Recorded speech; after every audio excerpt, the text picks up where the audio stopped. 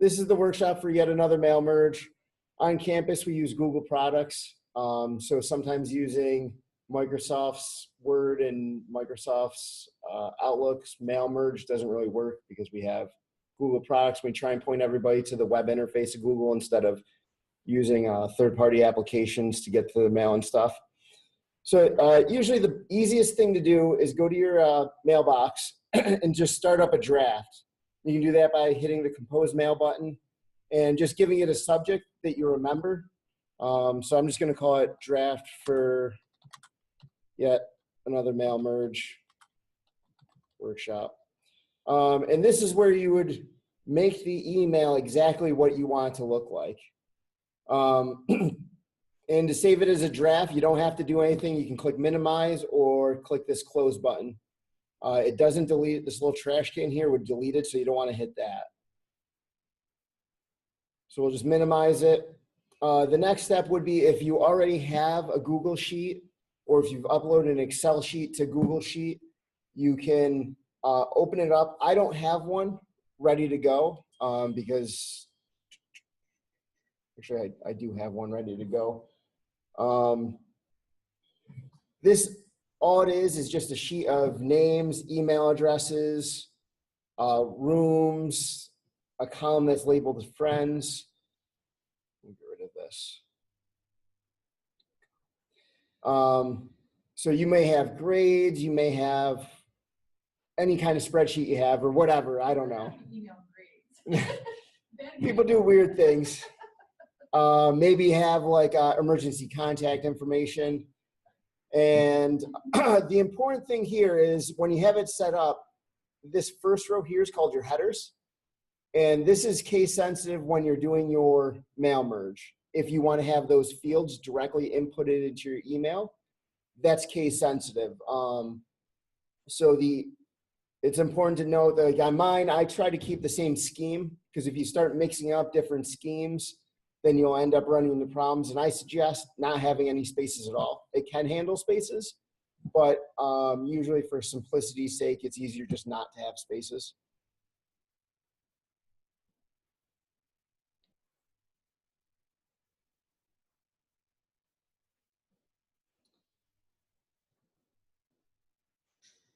So to start the mail merge process, what you would do is you would come up here. We're going to go back and forth a few times. So you go up to add-ons, yet another mail merge, and start mail merge. Now, if you just have a email where you don't have any fields that you want from the Excel sheet, you just want to send an email to a group of people and you just want to tell them things and you don't want stuff coming out of the spreadsheet, you don't have to do anything special with the email other than just write a normal email. So this is the example that I'm doing right now is just, I'm sending out a group of information. We have a meeting at 5 o'clock or something. I don't want to put stuff from the spreadsheet in it. I just want to use the email addresses. So once you hit yet another mail merge add-on, start mail merge, you come to this screen and it tells you to use an email template. So the one I just created was draft for yet another mail merge workshop. This is the checkbox that allows you to track who opened it, who clicked on things, who, if they got bounced back, if the person replies, you'll get like a little responded tag on it. And it says that it's going to use 7 email addresses from this sheet. So that's rows 2 through 8. You can set up delayed delivery options, but if you choose that, I would suggest putting something a bit further into the future. I had a workshop where I was doing it and I set it for 1 minute in the future. Someone asked a question and when I hit go, it was already past that time and nothing happened. So if you do that and you wanted to have it on a special day and time, like maybe Friday at 5 or Friday 7 a.m. or something, you can use that option. This button here, receive a test email. It sends you an email with what it's going to look like to one of the recipients. And when you do that, it takes the first row of information, if you have like mail merge fields from the spreadsheet, and uses that. as an example that you would get, so you can see how the layout is and everything else. And then this would send it. So that's how you would do like just a plain, we're meeting at 5, you need to show up here type of email. Yes?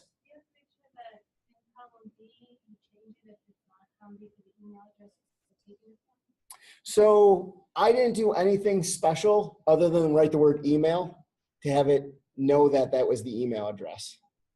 I mean, like, if for some reason, sometimes if we set it up and it's in the wrong column. So, I mean, that, You could change that column.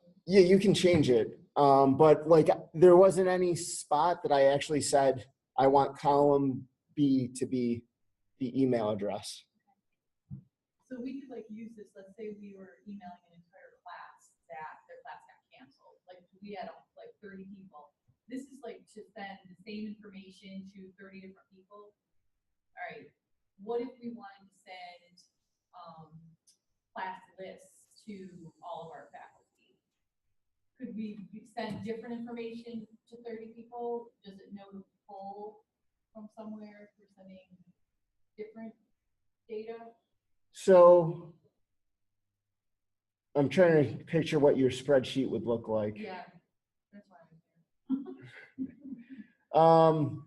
that at the time if you want. I don't want to take the time, but No, maybe with filters, maybe, because then you could filter out one class, email it to that instructor.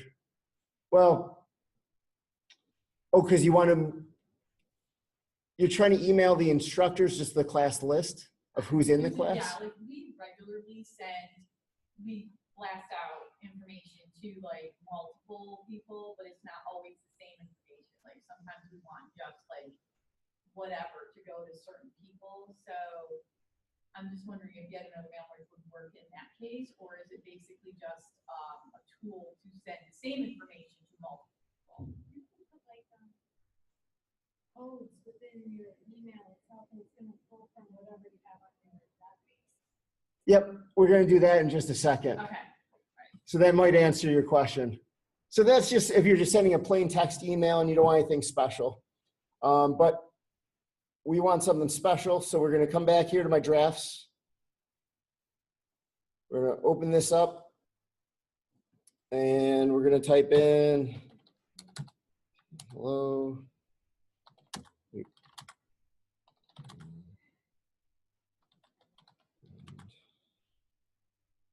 So this is where the case sensitivity matters.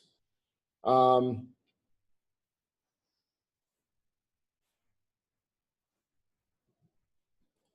right here, or misspellings. So if I misspelled friend, when I go try and put this column in my email, it would come out wrong if I misspell it in one place versus the other.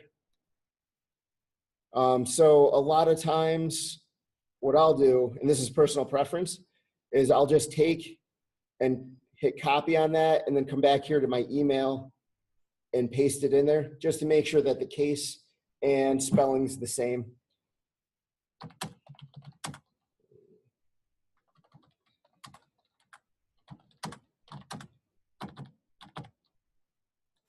So the two columns I'm referencing is the room column and the friend column in my email.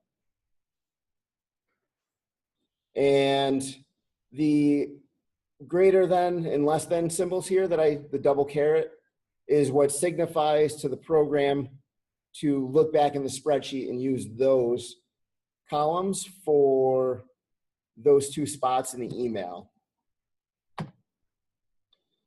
So now that I perfected my email, I think it's great. And when I went to get a water break and someone did something without me realizing, or the cat jumped on the keyboard if I'm at home or something. So when you come up, this is awful. Let me try and move, there we go. So when you come back up here, we're gonna, because we never did a mail merge, I just hit cancel. We're gonna hit yet another mail merge and start mail merge. we'll get this. This sender name is what the recipients will see as the display name as the email's coming through. So sometimes on a lot of devices, you'll see when you look at an email, it will just say John, or it'll have just a nickname or something. That's what would be in that display name from your email. So Chris from CTS is fine. We're gonna pick draft for yet another mail merge workshop. And I wanna see what it looks like. So I'm gonna hit receive test email, and it'll go through. Sometimes this takes a little bit longer than others. It says check your inbox to make sure you received it. So we'll go back, and this is what the email would look like, so you can see a test of it. It says, we found your friend John. They say, so I put in an I by here by accident. You live in Colkin, 504. And then you can see that you made a mistake or something. So you'll want to go back to your drafts. Correct any mistakes you have. And then go back and do start another mail merge. Now we know it's correct. You just come down here, hit send 7 emails.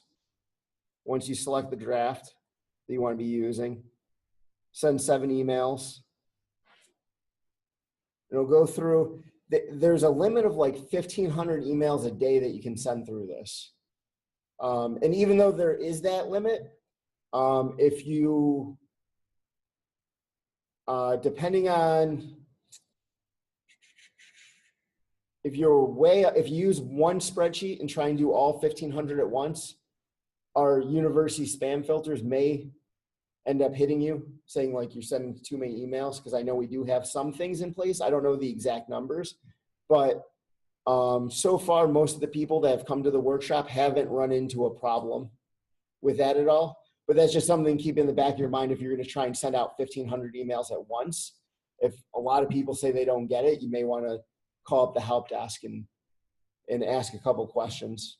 So would it send up to say 1,000 in stock, or would it not send any of them? So what would end up in that particular instance, what would happen if it's getting catched by the university spam filters, is it would allow you to send all 1,500, and you may not necessarily know that you didn't get all of them to the right place. Like your end, it would say, oh, you sent 1,500 emails, but the recipients may not all receive them.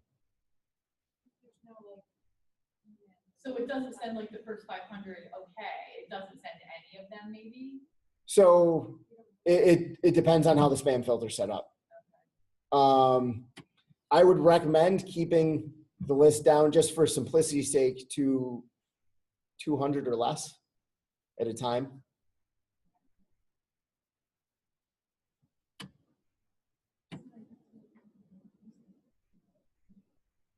There's certain, so this happens too, that there's, for what? Well, our office, we send out like let's say we send out graduation information, like sometimes she's sending out well over 200 at a time, you know, telling students that they need to go apply for graduation or. Is that information already in a spreadsheet?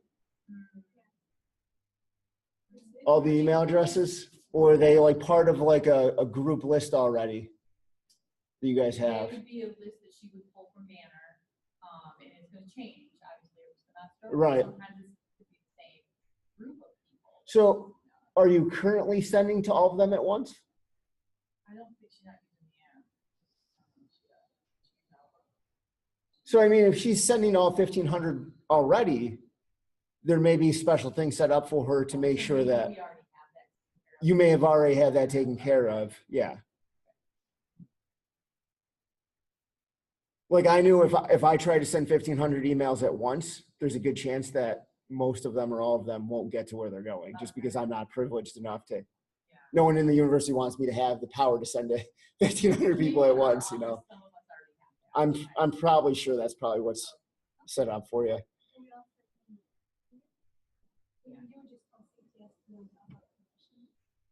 Probably, yeah.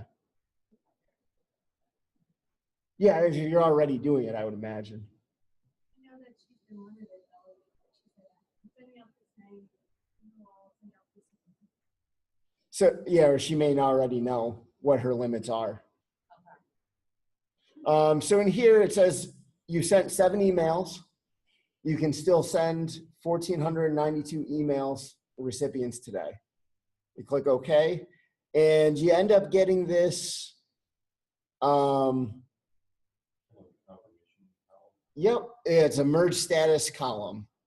And what it is it just tells you what happened to the emails that were sent out. So Renee, it got into her inbox. She hasn't opened it yet. This address doesn't exist. Mark at Oswego doesn't exist. So it got bounced back. Lacey at Oswego doesn't exist. Josh's email address here exists, and you can see that he opened it. And the one to me was sent out fine. So you can tell that it got that these 2 got opened and this one isn't. It's just in my inbox, and it works pretty quickly. So I'll show you when I click on. Once it downloads to my phone, I'll click on it, and you can see that it just popped up right there. So it's pretty good with how quick it responds to the email addresses, opening the emails and stuff.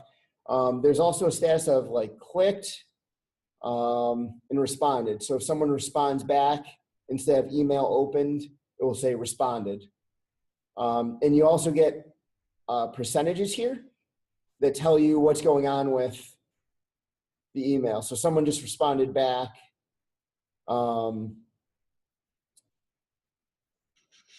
You can also, from here, if you click this follow-up button, you have different options here of who do you want to target for this next follow-up. You can, people who opened your email, people who haven't opened your email, people that who haven't responded, or everybody. And I would recommend running the follow-up in a new sheet.